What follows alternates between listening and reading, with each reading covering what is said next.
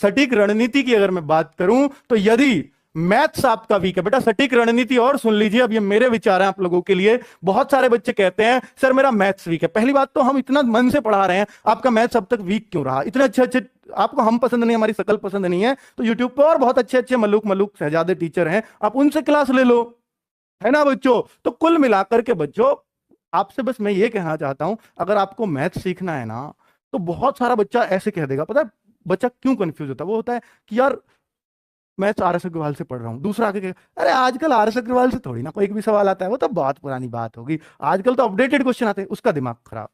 यार मैं तो बेकार मेहनत कर रहा हूँ। बेटा मैं आपसे कहता हूँ आज याद रखना, अगर आपका मैथ्स वीक है ना, मैथ्स की क्लास लो जिस भी टीचर की आपको पसंद आ रही है, जिसका आपको समझ में आ रहा है। ये मत सोचो कि ये टीचर बेसिक पढ़ा रहा है, ये हाई पढ़ा रहा है, ये मीडियम पढ़ा रहा है, उससे कभी कुछ नहीं होता।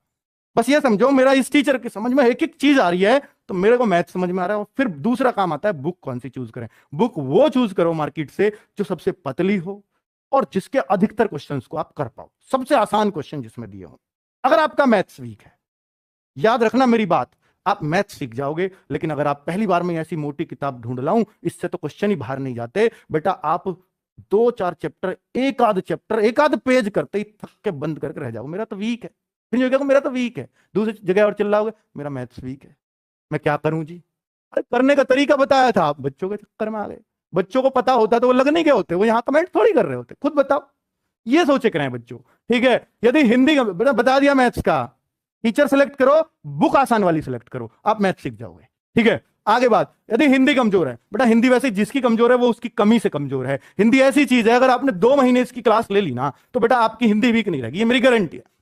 चाहे आपने कभी हिंदी नहीं पढ़ी है, चाहे आप पूरे अंग्रेज हो, तब भी हिंदी कमजोर नहीं रहेगी, क्योंकि आप दिन रात हिंदी बोल तो रहे हो, ठीक है। तो आपको सबसे आसान सब्जेक्ट जो सबसे आसानी से समझ में आता है वो हिंदी है, क्योंकि इसकी वोकेबलरी हमें बिल्कुल नहीं रटनी पड़ती, बस पर्यायवाची पढ़ने पड़ते, बाकी सब तो लग जाते हैं। इसको मिल जाएगी अगर आप चाहो तो। हिंदी वीक है तो बेटा ये काम करो, मैथ्स वीक का बता दिया। जीएस पढ़ने का मन नहीं करता, जीएस किसी की वीक नहीं होती, वीक उसकी होती है जिसका जीएस पढ़ने का मन नहीं करता, याद रखना ये बात। अगर जीएस आपने पढ़ने का मन ही नहीं कर रहा तो आपकी वीक रहेगी। अब इसके लिए क्या करें बच्चों? जीएस के बहुत सारे सब्जेक्ट, बहुत सारे पहलू हैं, बहुत सारी क्लासेस इसी की वजह से बढ़ती हैं। तो मैं आपसे ये कहता हूं कि जीएस में आप पहले ये देखिए, आपका सबसे ज्यादा मजा आपको किसको पढ़ने में आता है? हिस्ट्री, ज्योग्राफी, इकोनॉमिक्स, आपको पॉलिटी, सबसे पहले ये देखिए कि आपको सबसे ज्यादा मजा किसको पढ़ने में आता है। तो आपको लगता है हिस्ट्री पढ़ने में आता है, तो हिस्ट्री पढ़िए, पहले एक पोर्शन को खत्म कर दीजिए। फिर उसके साथ देखिए, जब भी आप किसी टीचर की क्लास से पढ़ रहे हैं तो आपको साथ में बुक रखनी चाहिए, और उसमें देखो टीचर ने क्या क्या इसमें से पढ़ाया है, और चाहे उन्हीं लाइनों को अंडरलाइन कर लो उसमें से, ये मुझे पता चल गई, ये पता चल गई। जो नहीं पता चले उनको छोड़ दो, आपके टीचर ने नहीं पढ़ाई वो नहीं रहेंगे, छोड़ दो, कोई दिक्कत नहीं, नजर पड़ जाती है तुम्हारी, ठीक है। तो उस तरह से एक एक सब्जेक्ट के पीछे पढ़ना पड़ता है बच्चों, थोड़ा थोड़ा पढ़ जाओ बस। और मैं कहता हूं बच्चों, अगर आपको टीचर से भी नहीं पढ़ना, आपको बहुत शॉर्ट में पढ़ना है, तो हमारी येलो बुक आती है जीके की, अगर किसी ने पढ़ी हो तो बेटा आपको भी पता है कि एग्जाम में जितना किसी भी बुक से मिलता है उसका इतनी पतली बुक से मिल जाता है, और पतली बुक तो पढ़ी जा सकती है, कोई बड़ी बात नहीं, ठीक है। तो बेटा हिस्ट्री, ज्योग्राफी, इकोनॉमिक्स, पॉलिटी, सबको एक एक करके कवर करो, एक साथ कवर नहीं होती है ये। 1 से 1.5 घंटा, बहुत ज्यादा करो तो 1 से 2 घंटे आप जीएस के लिए दोगे ना दिन में निकाल के, लेकिन रेगुलर बेसिस पे एकांत में सेल्फ स्टडी में, तो आपका जीएस मजबूत हो जाएगा 2 घंटे पढ़ने से भी, ठीक है। चलिए, लेकिन वो रेगुलर बेसिस पे, ऐसा नहीं आज पढ़ लिया यार कल मन नहीं कर रहा जीएस पढ़ने, तो नहीं होगा, ठीक है, बिल्कुल नहीं होगा। और कभी भी किसी चीज को नहीं पढ़ो तो पिछली का 6 बार रिवीजन हो जाए, ये याद रखना। 6 बार कैसे करना है, ऐसे नहीं आज भी 6 बार कर लो। देखिए हमने कोई चीज पढ़ी, आज पढ़ी, 2 तारीख को पढ़ी, 3 को, 4 को, 5 को, 6 को, हम इसको पढ़ रहे हैं, आज इसको पढ़ रहा हूं। कल जब मैं दूसरी चीज को पढ़ूंगा तो पहली चीज का रिवीजन करूंगा, जब मैं तीसरी को पढ़ूंगा तो इन दोनों को रिवीजन करूंगा, जब मैं ये करूंगा तो इन तीनों को रिवीजन करूंगा जो 3 दिन में पढ़ा था। तो इस पर क्या हो गया, इस पर 3-4 बार रिवीजन हो गया। तो यानी जब 6 को पढ़ोगे तो इसको एक बार और रिवीजन, 6 बार पढ़ने के बाद जब 7वें पे आओगे तो इसको छोड़ दो। अब जो 2 तारीख को पढ़ा था, 3 को, 4 को, 5 को, 6 को, 7 को पढ़ो।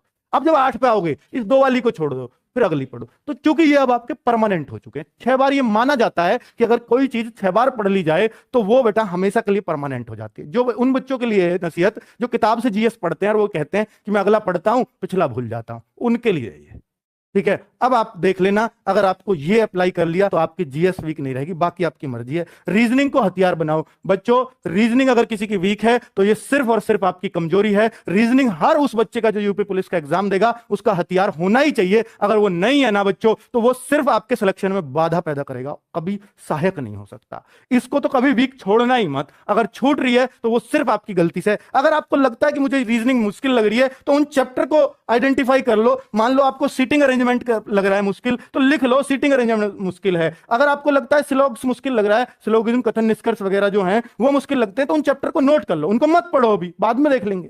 बाकी को तो पढ़ो।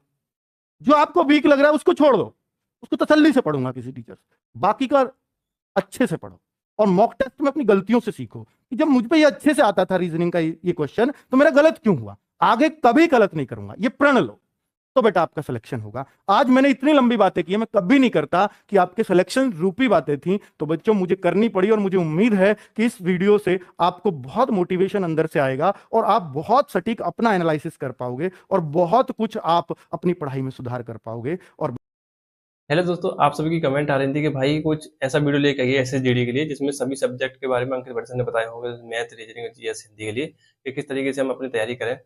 तो मैंने वो आपके लिए वीडियो प्रोवाइड करा दी है और आप वो वीडियो कैसी लगी और आपको कुछ सीखने को मिला, आप कैसे तैयारी करें, तो आपके लिए ये वीडियो बहुत ज़्यादा हेल्पफुल होने वाली है। तो आप चैनल को सब्सक्राइब कर लीजिए। ऐसे ही वीडियो मैं आपके लिए प्रोवाइड करता रहता हूँ। जिस भी सब्जेक्ट के लिए आपको पर्सनली वीडियो चाहिए है तो आप कमेंट बॉक्स में बता देना, मैं आपके लिए वो वीडियो डलवा दूंगा चैनल पर। ठीक है, तो आज इतना ही, धन्यवाद।